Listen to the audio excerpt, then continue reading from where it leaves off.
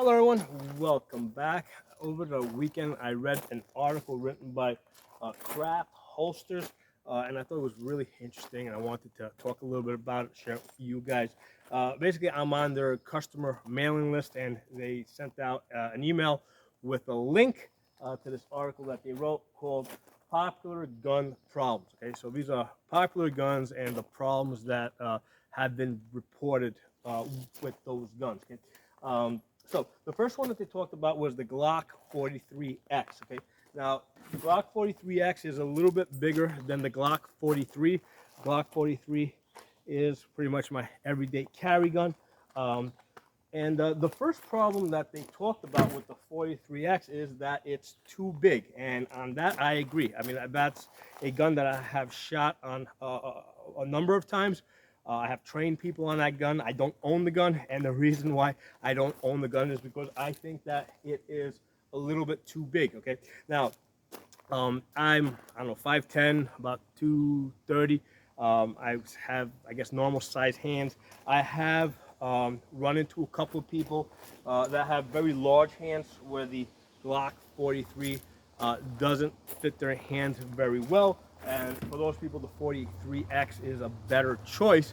The other thing I have seen is for a lot of women, okay, even with factory Glock 43s, because the gun is so small and light, they have a harder time controlling the Glock 43. However, they are able to control the Glock 43X better. Okay, so in some cases, the gun being slightly bigger might be better for some people. For me, it's not, because you know, as a person that carries every day, when I sit down in the car seat, I want a gun that's not going to hit the car seat, either below me or behind me, and that's why you know, I carry the Glock 43.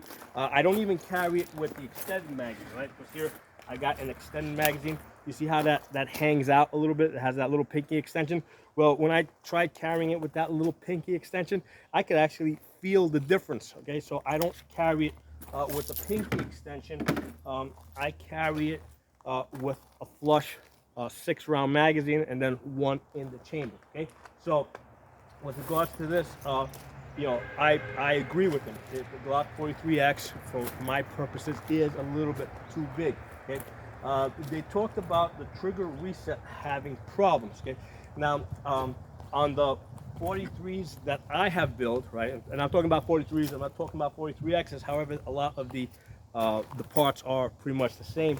On some of the builds that I have done, I did have some trigger reset problems. However, I'm dealing with a lot of aftermarket parts, so I kind of chalked it up to that. However, the fact that Craft Holsters is reporting that factory Glock 43Xs you know, are known to also have occasional trigger problems, now makes me think that, hey, maybe it's not just the fact that, you know, I have an aftermarket frame. Okay, so that's another thing that I learned from this article over here. They said that there were ejection problems. Okay, now this isn't like a continual thing, because obviously, I mean, Glock wouldn't be, you know, wouldn't have been selling these guns if this was like a problem that was happening all the time. This is probably a, you know, a low frequency. These problems are probably very low frequency. Okay, so in all the Glock 43Xs that I have shot, that I have seen shot, I have not noticed an ejection problem. However, it's out there, so it's up for you guys just to be aware of. I have not experienced it, with the exception of where people are limp wristing the gun. Okay, so that's a really important thing with these lighter guns, with the smaller guns. If you're not holding the gun firmly so that the bottom of the gun is steady while the top is running back and forth, the gun can jam. So in order for the gun, for a semi-automatic firearm to work, the bottom has to stay steady so that it conserves the energy, and all that recoil energy goes into the slide to cycle the gun. If you hold the gun loosely and the whole gun moves, it's going to bleed off energy. The slide's not going to come back all the way, and it's either going to either fail to eject or fail to feed. That is the most common reason that I see people having you know, ejection problems and feeding problems on factory guns. They're not holding the gun tight enough, and it's moving around. You know, a lot of times with especially with these small guns, when people are shooting, their hands will separate. You know, well, if the hands separate, guns moves, that slide is probably not going to come back all the way. You're probably going to have a jamming problem. Okay, so that's common with small guns. I've seen it happen more times with the smaller 43s than I have seen it happen with the 43Xs. You know, on the larger 17s and 19s, I hardly ever see it happen just because the gun is heavier. It has more mass. You know, so that the gun moves around less. So as the gun gets smaller, if you're not holding it tighter, there's an increasing chance that you're going to have ejection and feeding problem. Okay, so I think that might be the reason for this ejection problem that's being reported here. Other thing that they talked about was the trigger lottery. Okay, what they're saying here is that with Glocks, there can be a variance from one trigger to the next, right? So if you have like 10 factory Glocks, right, all 43Xs or all 43s or all 17s or 19s, sometimes the trigger can be a little different from one to the other. For me, that's been less of an issue. You know, I just get used to whatever I have. But I have noticed that a little bit from one Glock to another. There can be a little bit of a difference in the way the trigger feels. Okay, that's really not that big of an issue to me, but it can be an issue for people. Okay? So, moving on, the next gun that they talked about was the Springfield Hellcat. Don't own it, never even shot it. So I'm basically accepting what they have to say on this. They said that there were some reported reliability issues. Okay. Now I have a Springfield XD. I've never noticed any problems with that. So, and again, this is probably a very low probability thing because otherwise, Springfield would have, I think, addressed this issue.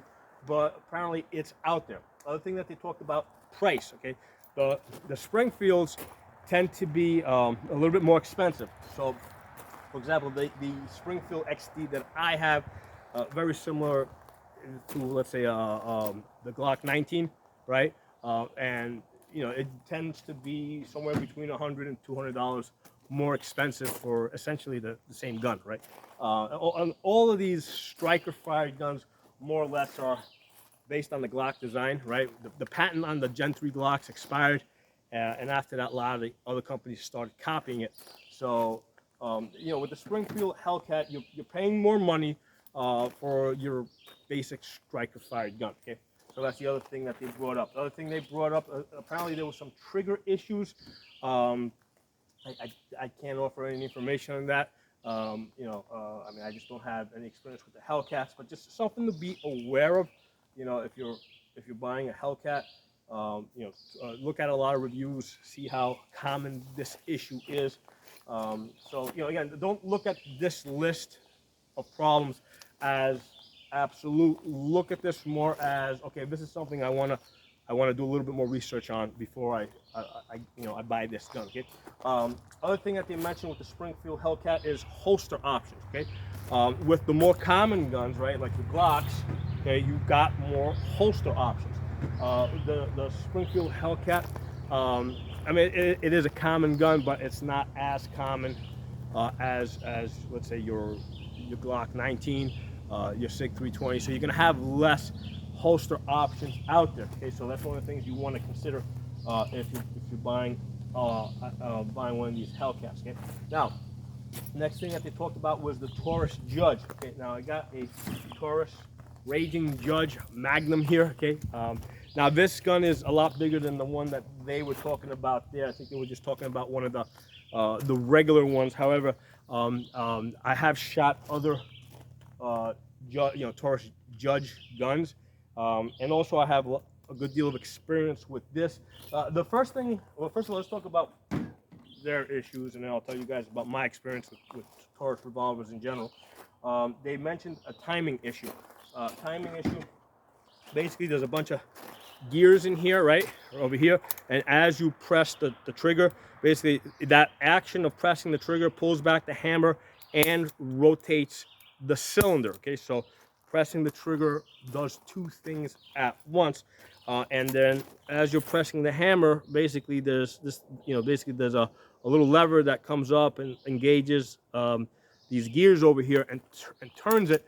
And basically that has each of these chambers has to line up with both the hammer and with the barrel. Okay, and if it doesn't line up properly, your the hammer, or I mean, there's a firing pin in there, I believe, but basically the primer is not going to get ignited, or if it does get ignited and your chamber is not properly aligned, you can have the bullet, not go into the center of the barrel. It can go off center. And I have seen a couple of pictures of these big revolvers with the front half just like completely blown off because the bullet went into the side of the barrel, basically. And I can tell with this one right here, there is a little bit of play on the cylinder. Most revolvers have a little bit of play, and this one does have a double latch, right? It's got, to open up the cylinder, you got to push forward here and pull down here in order to open this up. So it does lock on both ends, but that's a potential issue, timing. Okay, now this timing issue, right, is a general problem with revolvers. A lot of people think that revolvers never break, they're 100% reliable. Nothing could be further from the truth. The people that say revolvers are 100% reliable have usually never shot more than 500 rounds on the revolver. Okay, there's a reason why the military got away from revolvers as fast as they possibly could. Okay, first issue is this. First of all, there's a lot more moving parts. There's gears that have to line up properly and engage, and everything's exposed. Okay, so if you drop this in the dirt or the sand, and sand and dirt gets in there, right? This is open. The guts are open. But if you drop this, if you cover this with sand, sand's going to get in there. It's going to prevent this from rotating properly.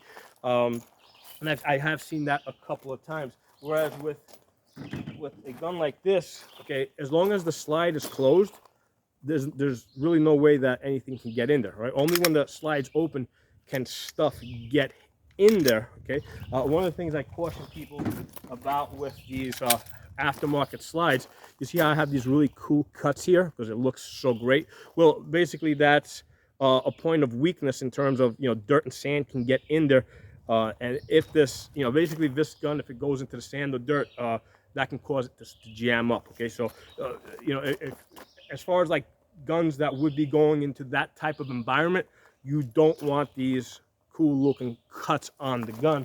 You want the slide to be solid with no openings on it. Okay, so that's one of the issues with these revolvers. The fact that there's timing issues. Everything has the gears, the levers, everything has to match up properly and rotate properly so that the gun can work. A lot of things can go wrong. Okay, they talked about the fact that the Judge is oversized. Now, obviously, this is a very oversized gun. I think it weighs something like 4.5 pounds.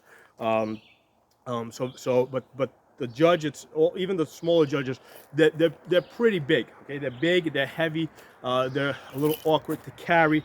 But the fact that these cylinders are larger to accommodate the shotgun shells means that as I press the trigger, there's a bigger piece of metal that's turning. Okay, so there's a lot more power that's involved in rotating that larger cylinder. And as the gun gets dirtier and dirtier, and which will happen with revolvers because there's a barrel cylinder gap here, so a lot of the gases are coming out through this hole here and they end up back here, and these guns do get dirty, and especially with I don't see it so much with the small revolvers, but with these large ones, if I do a lot of shooting with them, I actually have to use these flutes here to manually rotate the cylinder, right, as the gun gets really dirty, right? So sometimes I gotta help it along because it becomes in fact, sometimes I gotta use my thumb too.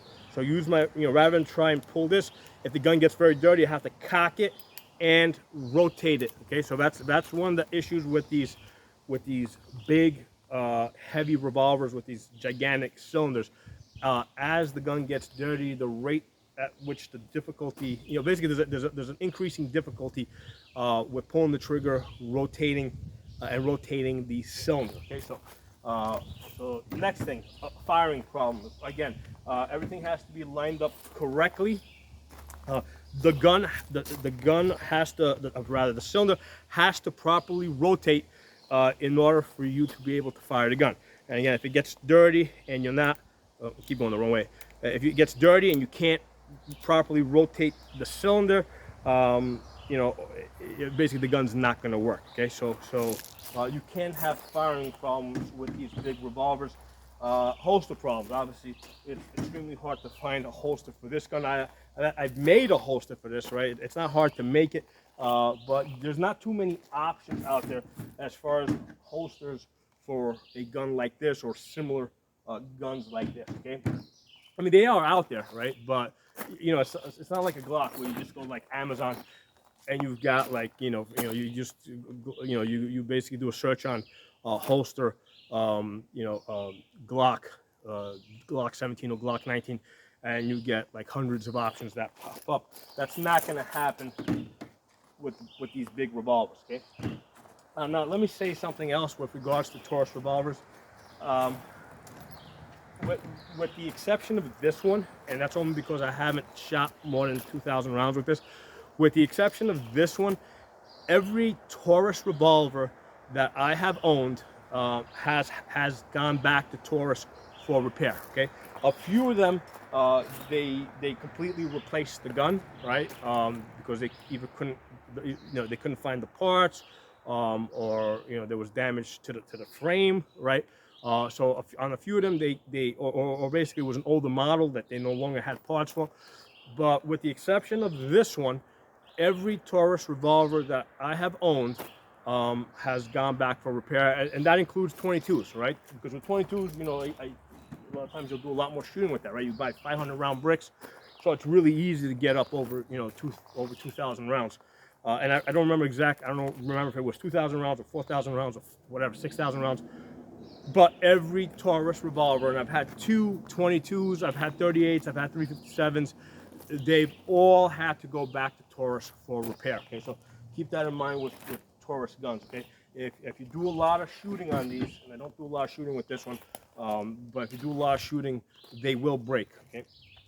Now next, let's talk about the Sig 365 that was on their list. This one is particularly interesting to me because that's probably the only gun that I'm kind of like in the market for. I'm considering buying a Sig 365.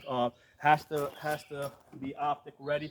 It's really the only gun I think I'm interested in buying at this point, just because I built so many of these things. I got like tons of these guns. But the thing that interests me about the Sig 365 is the gun is the same size as this Glock 43, but this one holds 6 plus 1, 7 rounds. That one holds 10 plus 1. Okay, so the way they did it is these Glock magazines, they have an inner steel case, and then they have a plastic outer shell. Well, what they did is they got rid of the double body, right, and they just have a steel outer case, which created more space on the inside of the magazine, and that's how they were able to fit extra rounds in there. And I think that was an ingenious idea, and that's the reason why I'm considering. However, I am going to be testing out a new magazine that's coming out for the Glock 43. It's called the Z9 from Shield Arms, and that's supposed to basically they're kind of copying that same idea. So I'm going to be doing a review on that soon. But that, as I was saying, of all these guns here, the Sig 365 is the one I am considering buying. If I see it at a good price at some point, I will get it. It has to be optic ready. Do not buy any guns unless they're optic ready. Any guns that are not optic ready are, as far as I'm concerned, are already antiques, and they will definitely be relegated to antiques or junk within the next 10 years. If you don't believe me, consider AR-15s, right? Pretty much every AR-15 that is sold today is optic ready. It has a Picatinny rail on it. About 10, 15 years ago, that had not been decided yet, so they were still selling ARs that had fixed carrying handles. So where are all those ARs today, right? They're all in the back of the safe, nobody ever shoots those anymore, okay? So they're either antique or junk, depending on your point of view. So that was, 10, 15 years ago with the AR-15s. That's where these pistols are. Like this one over here, this does not have a cut for an optic. So, within 10 years, I think that this is going to go the same way as the AR-15. If it's not going to take an optic, it's either antique or junk, depending on your point of view. Okay, so, Sig 365. First problem they mentioned was the sights. Okay, The first Sig 365 that I shot had this Mi-Pro Light aiming system on it, which initially I thought was interesting. I did buy that sighting system separately to try out on my guns. After some trial, after a bunch of trials, I decided I did not like it. Don't recommend it. So don't get that. The iron sights that come with it, craft holsters in this article said that they did not like it. As far as if I buy a Sig 365, it's gonna be optic ready. I'm buying it for the purpose of putting a house on 507K or the next model, if that's the next generation, if that's available. So it's gonna take an optic, so the sights are less of an issue for me. But just be aware of that if you're planning to shoot it just with iron sights. Extraction. They said that the Sig 365 it's been reported to have extraction problems. I suspect same thing as the G43X over here. Those extraction problems are most likely due to people not holding the gun firmly enough, and when they shoot the gun moves around, and the slide doesn't come back all the way to fully eject and then pick up the next round. Okay, so that's the reason why I think they're having extraction problems, because otherwise I think that Sig would have addressed it. Okay? And I've seen it enough times. I mean, like, I've seen people jam up the gun. I pick it up, bang, bang, bang, bang. Gun's working fine. They shoot the gun. They're jamming it right up. Definitely user error. Okay. So that's the extraction issue. Just be aware of it. Other issue that they mentioned with the Sig 365, out of battery, and that's basically when you're shooting the gun does not fully go into battery, right? It's kind of sits still like this. Again, that's also, I've seen that happen, not so much with Sig 365s, but in general, lots of these small semi-automatic. Again, completely related to the fact that people holding the gun loose, and the slide, basically the slide is not snapping forward the way it's supposed to snap forward. They're bleeding off the energy. That usually the telltale indicators is when there's people are shooting it, their hands are separating, right? So it'll be like bang, bang, bang. That's the first indicator that I'll see. The second indicator, where maybe they're not that bad, right? Let's say they're still holding on to the gun, but they're still having either feeding or out of battery problems.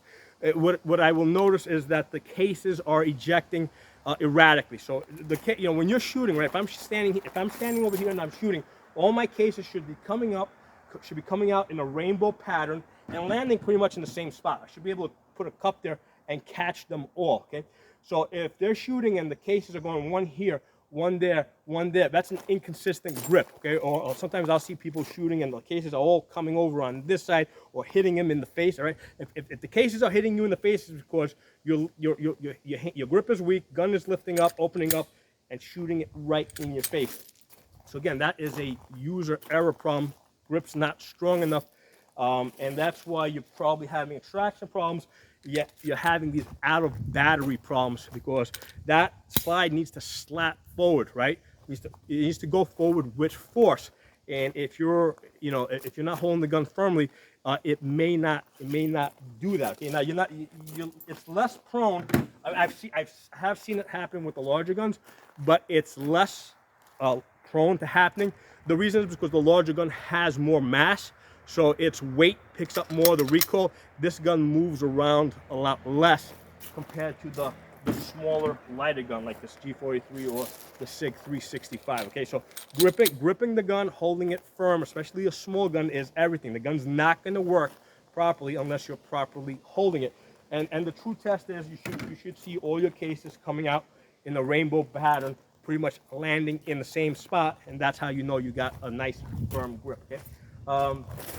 Other issue mentioned, problem with the Sig 365 is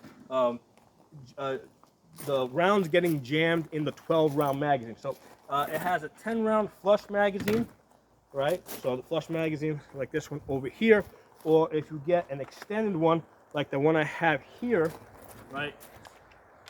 See how this extends down, right? You got that little the pinky grip over here. Well, that also gives you space for 2 extra rounds.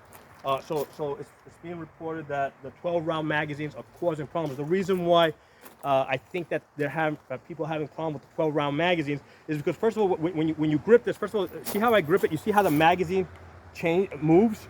So by putting your finger on the magazine and using that to to hold it on the recoil, that magazine is going to move. So I suspect that's the reason why they're having problems with the 12-round magazines, but not with the 10-round flush magazines. Because when I hold this, see how my hands wrap around it? It's really not putting that much stress on the magazine. So that's the problem with the extended magazines.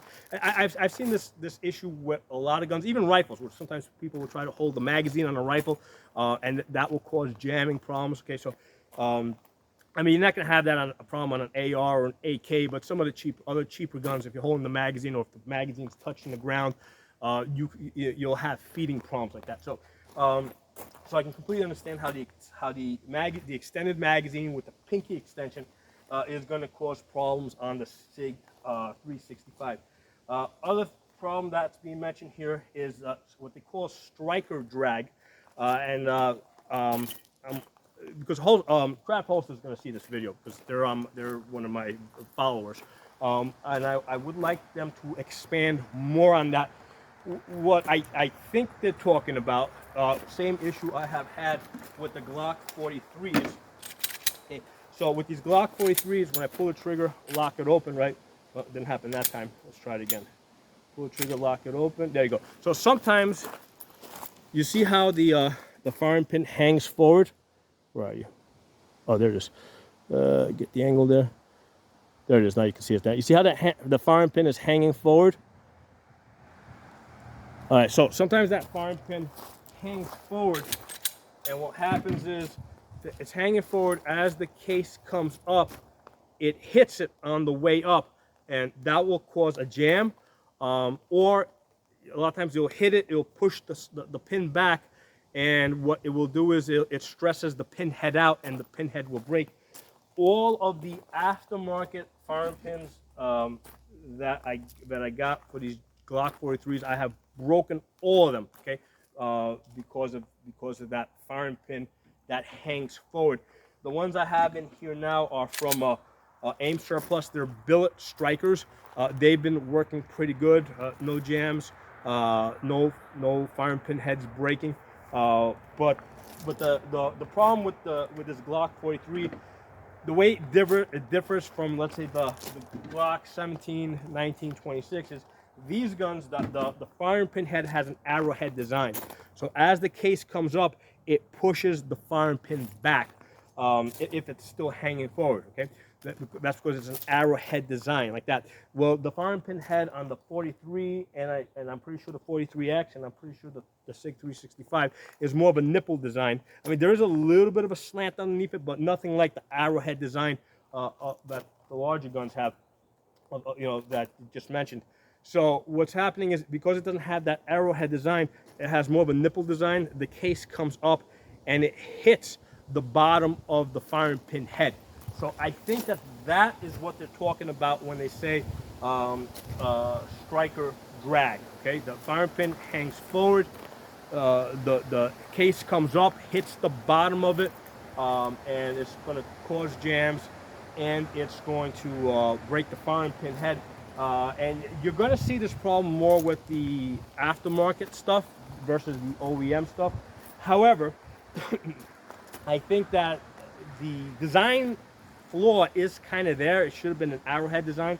So if you do this enough times, if you don't have a strong enough grip with certain type of ammunition, whatever, lots of different variables, I think that in some cases this problem is going to manifest itself where that firing pin is hanging forward, and as the case comes up, hits the bottom of it, and either jams up trying to feed, or it snaps the after enough times hitting it, it eventually breaks the firing pin head off. I've done videos where I actually show how that firing pin head is actually broken. Okay, so I want to thank Craft Holsters for doing this article. I think it was really good. In some cases, it kind of confirmed some things that I had been experiencing.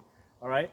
In other cases, it brought attention to some things that I didn't know about. Like with the Hellcat, because I just I don't know. I don't own that gun. Never shot that gun. And in some cases, like the Sig 365, where I'm interested in buying this gun, you know, I know now there's a couple of things that I want to look out for. Particularly, I was not aware that they were having striker drag issues. And if I'm sure Craft Holster is going to see this video, I'm going to send them a link. When they see this, I would like them in the comment section to expand a little bit more on the striker drag and their experience. Now let me just talk real quick about Craft Holsters. They don't pay me or anything. I do have a number of their products.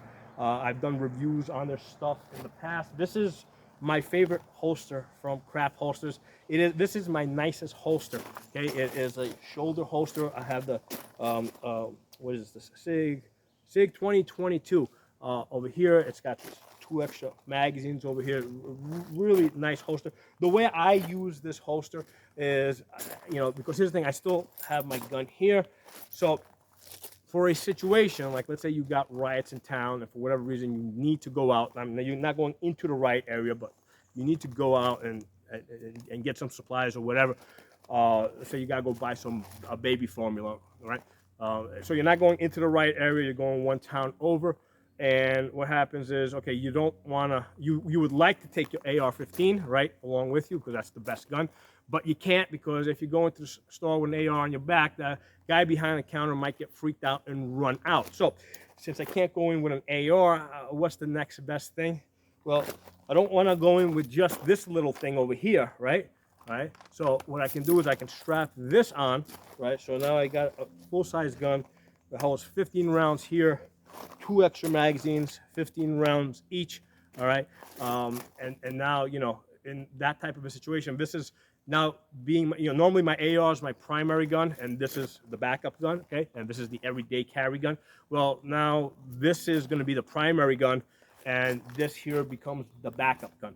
So this is a really good way to use a shoulder holster, you know, in that type of a scenario. So let me know what you guys think of this stuff. If you guys have any additional information you'd like to contribute, put it in the comments section. If you're not a member of the channel, subscribe. I'll talk to you all soon. Make sure you also follow me on Odyssey, which is an uncensored platform. Odyssey spelled ODYSEE.com. And my channel name over there is Pocono Tactical. I'll talk to you all soon.